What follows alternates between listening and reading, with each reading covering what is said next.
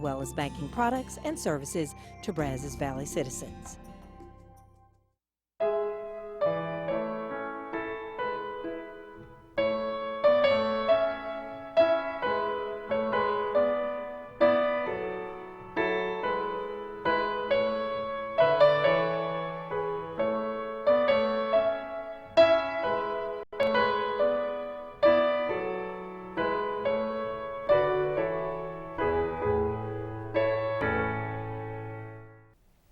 Hello and welcome to Veterans of the Valley. I'm Tom Turbeville.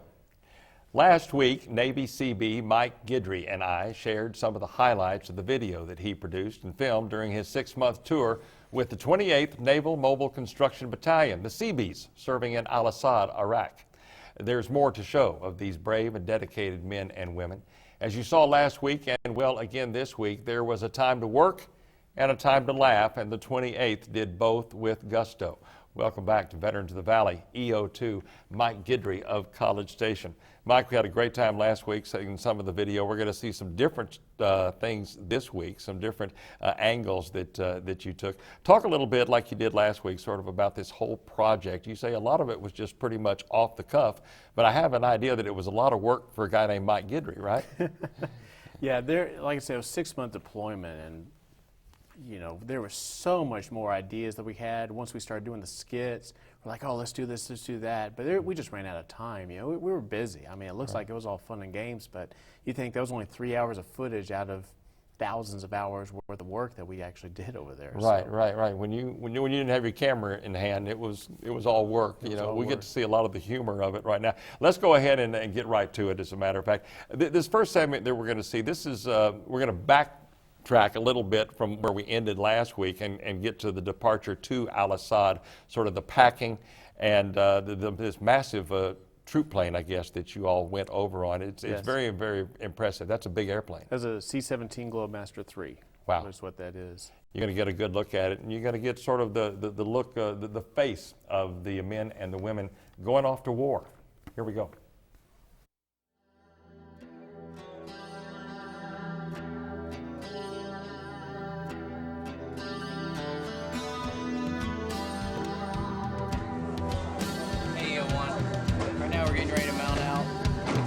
Country Nationals are held loading the 463L pallets with all the sea bags, and as soon as we get through here, we'll go out to the landing strip and go strap these down with cargo nets and be on our way down the side.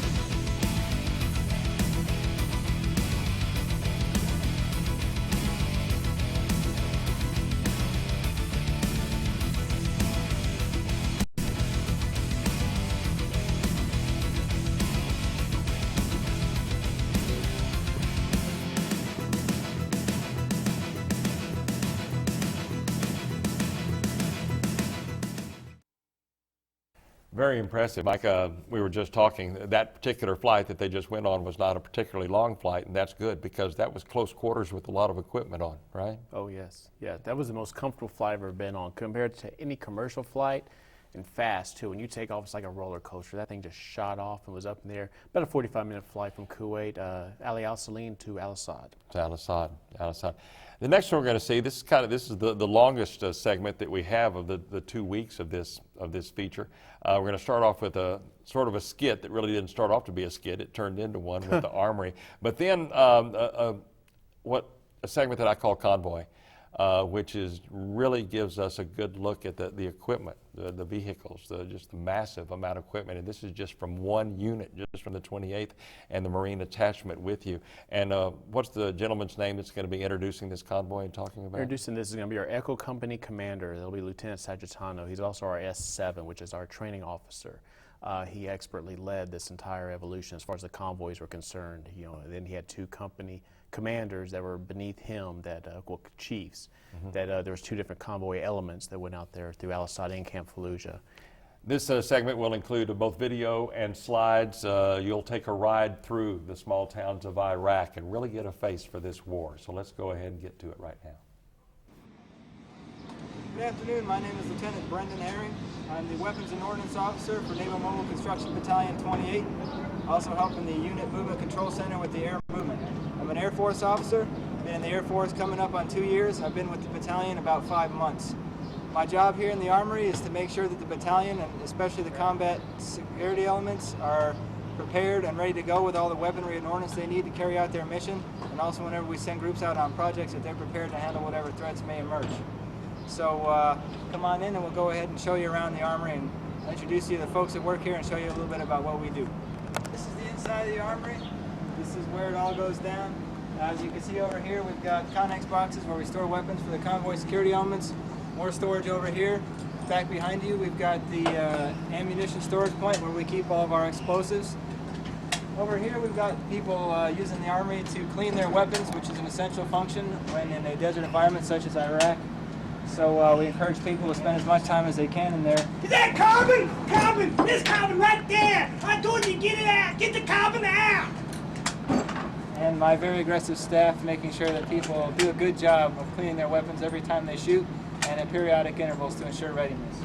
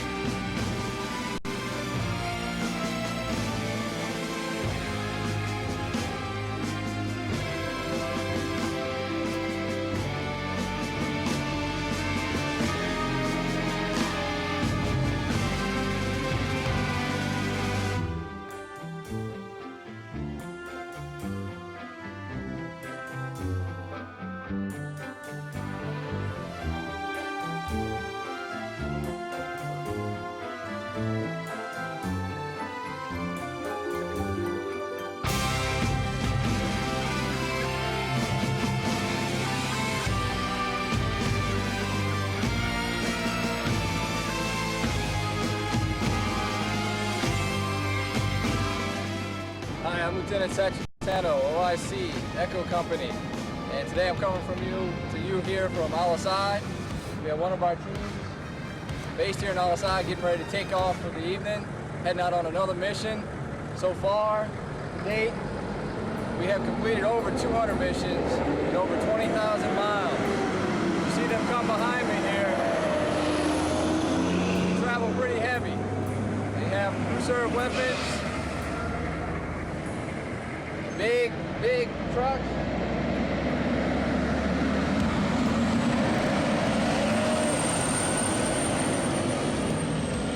They travel some of the toughest roads here in Iraq, protecting the convoys from enemy attacks from IEDs. They look out, they protect some of the drivers and stuff that we take along with us. All along, they're out there for the safety of our American forces. There's another one there. Don't know where they're going now. And as they continue their missions throughout here, we want to thank the families who support them back home. Without that support, these guys wouldn't be able to concentrate and do the things that they do well here, which is protecting our convoys. Here comes another one of our new reserve vehicles. Very stout. All protected on the road here in Iraq. A couple of Green Gear drivers that also tag along. They want to pick up some equipment tonight. much what these guys do. They're on the roads, lots of long hours. As you can see, I got the sun setting behind me here. They mainly travel at night, so they spend a lot of time on the roads at night under the cover of darkness, which helps protect them and the convoy. And coming up behind us here is the convoy commander's platform. This is CMC Lucia. He has expertly led this convoy team in all aspects.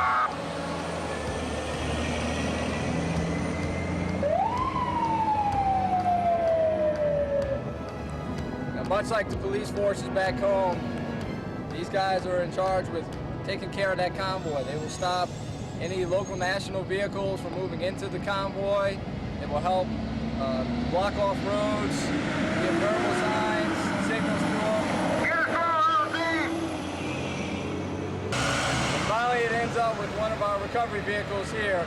Basically, they are in charge of picking up any vehicle that breaks down along the route. They carry all kind of gear in the back, and that helps them at any time that they can help get the convoy, keep the convoy moving. In closing, I'd just like to add that I'm very proud of these guys. These guys have done a lot of hard hours, long hours on the road, a lot of hard work. So have the rest of the Seabees here. We're looking to push through, finish up this deployment, get back home safely and sound to our families. Good night.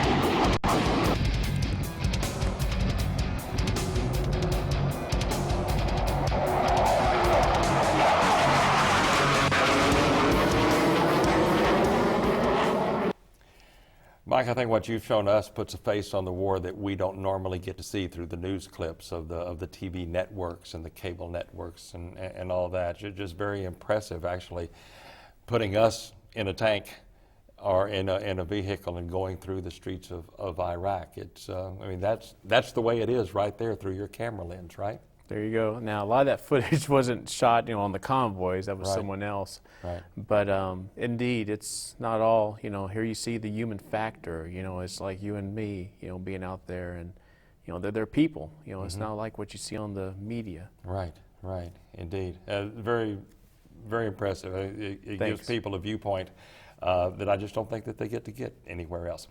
Last week we introduced the viewers to a fellow named Kevin Geoghegan, a guy who, for morale purposes, was obviously very, very much needed. A very funny guy, very inventive guy.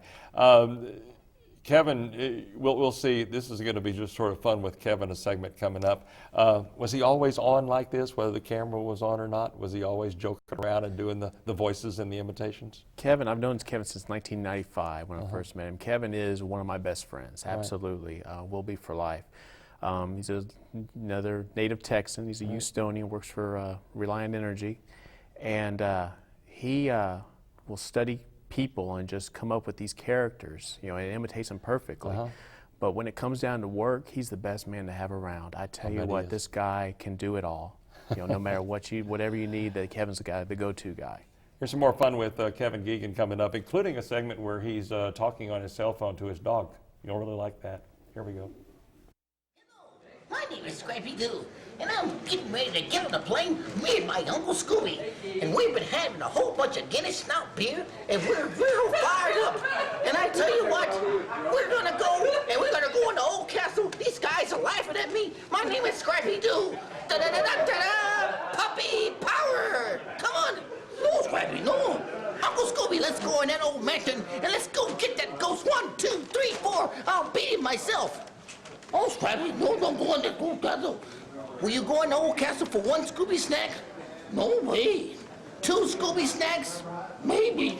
3 Scooby snacks? Yeah. Come on, Scrappy, let's go. Me and you gonna go in the castle and give me 3 Scooby snacks? Yeah. Okay, Uncle Scooby, let's go. See you later. From Ireland, this is Scrappy Doo. Da-da-da-da-da-da. Puppy power. Looking for my Uncle Scooby. Who are you? I tell you what, I'm going to hit you. 1, 2, 3. My name is Scrappy Doo. Let me at him. 1, 2, 3. I'm going to get this old ghost. Come on, let me at him. My name is Scrappy Doo. Let me at him. 1, 2. Come on. I'll get you, old ghost. 1, 2, 3. Da-da-da-da-da-da. Puppy power. 1, 2. Come on, let me at him. Hello everybody, I'm Barry Hollenshed from Oklahoma, and I come on this deployment and I learned a whole lot about building. The only thing I really miss is I'm a cat lover. I had a cat, his name is Sniffles, and he's back home. Hello Sniffles! Wait a minute, I might be able to get him on the phone.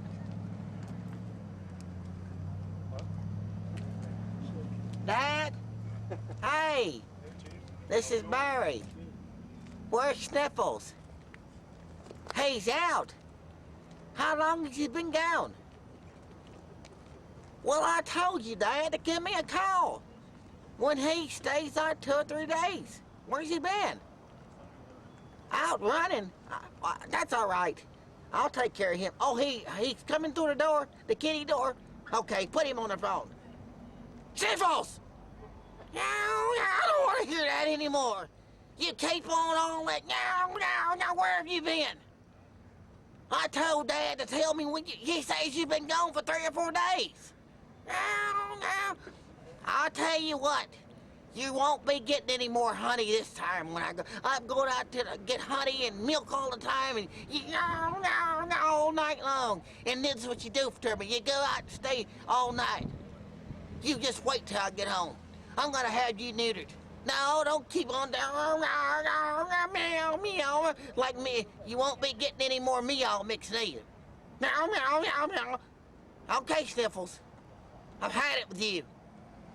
All right. Bye. Well, sorry about that, but he gets in trouble all the time. Well, I've got to go get me a cigar, Switzer Sweet. Barry Hollinshed, remember me, and it's been a pleasure serving with you in Iraq. Excuse me, it was his cat, not his dog, as you could finally see. And this was based on a real life character, is that right? A real life fellow Seabee? Yeah, this is a real person, and he would call his cat apparently. That was Kevin. That was him, again, getting in the mind of people that he knew and, developed this character, and boom, there you go. A great guy, a lot of great guys there, but obviously, like you said, he was always on. So Yeah. Kevin was doing this whether the camera was on him or not. So Yeah, definitely, like you said, a morale booster that they really needed out there. Indeed. Y'all are obviously back home now. This is after the deployment. There was, as a matter of fact, that last segment that we saw was at a change of command ceremony, which was also part of your 2-hour video, which I wish we had time to show that whole thing. It was very, very impressive. But your commander, who we have seen, Commander Chardon, impressive gentleman, obviously. Yes, I cannot say enough about the man. He's become a very close friend of mine. He lives in Katy, Texas. Just saw him last weekend, actually, and he's asking about my wife, Audrey. He gets so much in your personal life, but he is, one of the sole reasons why we all came home. I mean, everybody watched their backs. It was their own personal, whatever you call it, so that they all came home safely. But yet he had so much more to do with it. Absolutely. Indeed. Last segment is a short one, but you can definitely tell that Mike Guidry is home because this is just a little short video of being home right here in College Station at the George Bush Library, and a very special sort of this was impromptu greeting. Actually, right? This was an old footage of UPD back it was? in the UPD days. I'm sorry. Okay, that's okay. It is an old footage, but it is still back home. But I wanted to show this, and then the end of the video, the lights out. Here we go. Nice to see you. You get it? Hi, Yes, Mom. sir. He's doing a good job. Guidry himself, one of the great officers, is named Guidry, and he's doing a fine job here. I'd like you to know that. We'll see.